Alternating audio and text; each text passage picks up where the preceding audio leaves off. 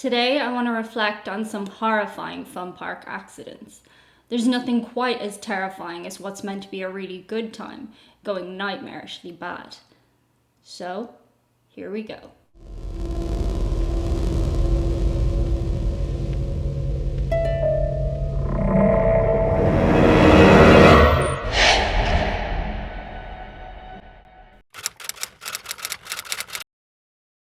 The Smiler at England's famous Alton Towers holds the world record for the most inversions on a roller coaster, 14 in total. An inversion is a roller coaster element in which the track turns riders upside down and then returns the rider to an upright position. This ride cost a whopping £14 million to produce. I actually rode the Smiler myself in 2015 prior to the incident we'll discuss. As a lover of coasters, I have to say this was definitely not a fun experience. Yes, there were lots of thrills, but it turned my stomach so much I actually just felt nauseous, and my neck was strained throughout the ride. Me and my friends didn't emerge giggling, but rather remarking about how we all felt like we were going to puke and had to sit down. Unbeknownst to me, and even prior to its major disaster, the Smiler had experienced a series of incidents since its initial unveiling in 2013.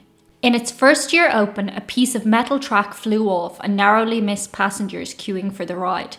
It wasn't small either. It was a metal bar, in fact. There were other incidents similar to this. Here's something that sent shivers up my spine when I read it. According to the coaster's official marketing documents, a key feature of the ride is the large metallic spider-like structure that serves as the center point of the coaster's track. This section is called the Marmalizer. It consists of 5 legs, each with a distinct function to manipulate riders into smiling. It's also equipped with a wraparound screen which displays graphics and video relating to the theme of the ride, a bit like the original Willy Wonka one. The roller coaster intertwines within the structure, causing greater interaction with the riders to enhance the experience. It certainly enhanced something for the riders who clambered aboard excitedly in June 2015. After queuing for an hour and a half and securing the front seats, 4 riders, 2 male and 2 female, aged between 17 and 27, set off. There had been a half-hour delay when they had been previously unloaded due to a technical issue, but as this is a fairly regular occurrence on coasters, they thought little of it. Little did they know a stationary test car had been sent out minutes prior and had failed partway around the track and sat on the rails unmoving. When the carriage reached 20 miles per hour, the 4 passengers at the front were subjected to a head-on impact with the sitting duck. Of course, they were subjected to very serious injuries. The 2 girls lost a leg each, but what's especially terrifying to me at least is that the 16 passengers were stuck on the coaster for 4 hours due to the inaccessibility of being on a roller coaster. It was ultimately concluded that the crash was not caused by an individual staff error, but by a series of issues going wrong at once. The park pleaded guilty and was sentenced to a £5 million fine. You can still ride the Smiler at Alton Towers today. This one is terrifying, not only due to the young age of the victim, but the randomness of the incident and what transpired. 11-year-old Lulu climbed aboard her first ever carnival ride, not knowing what to expect. The ride was hauntingly called the King's Crown in Nebraska. She began to slip down in her seat, not that unusual of an occurrence if you've ever been on a ride like this one, but what happened next is so bizarre it's almost like a Final Destination film. Lulu slipped through and her beautiful red hair caught in the ride's mechanics, a part of the handlebar assembly. Other riders screamed to stop the ride, but of course the operators were used to screams and pleas, usually in fun, but they couldn't determine the urgency on this occasion and continued the ride.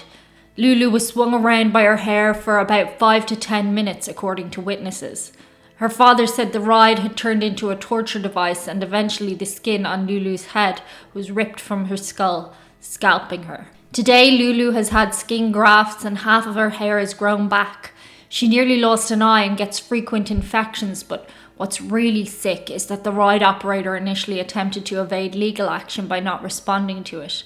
The girl's family even had to set up a GoFundMe to pay her medical bills. I couldn't find any updates past 2017 when her family said they wanted new legislation brought in called Lulu's Law, which would make carnival ride inspections tougher. Whatever the outcome, it's a crazy reminder that even the tamer rides can have disastrous consequences. Verrückt. Yeah, you might have heard of this one. Verrückt, meaning crazy or insane, was to be the world's fastest water slide, standing at 168.5 feet. The idea for the ride was come up with on the spot when at a press conference, Schlitterbahn co-owner Jeff Henry was asked what rides he was working on. The fastest water slide in the world, was his response. How tall? Well, that's top secret. Yeah, he hadn't a clue, but he'd said it now, so he got to work trying to make it happen, and he got it built. The starting point of the ride at 168 feet was taller than Niagara Falls.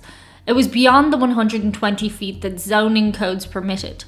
After the announcement of the ride's height and the certification of its world record on April 25, 2014, Schlitterbahn tore down most of the lower part of the ride in order to rebuild and re-engineer it after sandbags were seen flying off the ride during testing.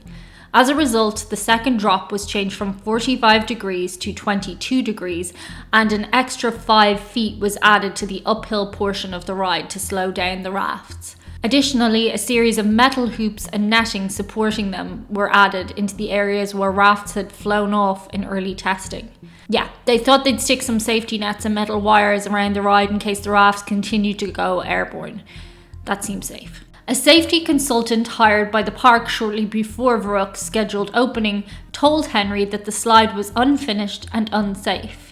He recommended at the very least only riders aged 16 and over be allowed on the ride for weight in the raft. Henry, who had no formal training in engineering, decided 14 was better, and right before the opening he said no age limit was better again. They made the rafts into 3-people ones where the riders would sit one behind the other. 2 months into opening, the ride was winning awards for the best new water park ride. Meanwhile, at least 13 riders suffered non-fatal injuries such as concussions or slipped and herniated discs, many of which had long-term effects. Riders were thrown into the net and hit it regularly. One man who had been thrown from his raft suffered facial injuries, and the park's operations manager allegedly attempted to cover up the incident. Lifeguards were told what to write in their reports, and allegedly they paid off the injured and the witnesses. August 7th, 2016. 10-year-old Caleb and his 12-year-old brother Nathan entered the park with their family and headed straight for the infamous ride. The family had been admitted for free as Scott, the boy's father, was a state legislator. Nathan went down the ride on one raft and waited for his brother at the bottom. Instead, he saw the water turn red, his brother's raft fly into the wire net, and watched as he was decapitated. The younger brother's mangled body and raft came out instead. Young Nathan screamed, "Your raft killed my brother," and their mother came running up but was stopped by a passerby and told it was something she didn't want to see. I can't imagine the trauma Nathan experienced that day. Caleb had hit one of the metal supports holding the wire in place and had been instantly killed. The 2 women he rode with were non-fatally injured too. The park was immediately closed and the ride was found to be non-compliant with multiple safety protocols, including the most basic safety ones. Shocker. If you weren't feeling ill enough, despite being charged with manslaughter and second-degree murder, the case was dismissed due to a technical mistrial by the courts. Inadmissible evidence had been presented to the court, so everybody just walked free. The ride was destroyed, but the park continued earning money for all involved until Kansas City decided to fund the redevelopment of the former Schlitterbahn lot for $90 million into an amateur sports complex. Lovely. Well, those are some cheerful stories about what can go wrong when you're out looking for a good time. I hope nothing of that nature ever happens to you. Let me know your thoughts in the comments. For now, until we speak again, sending you good vibes. Stay safe out there.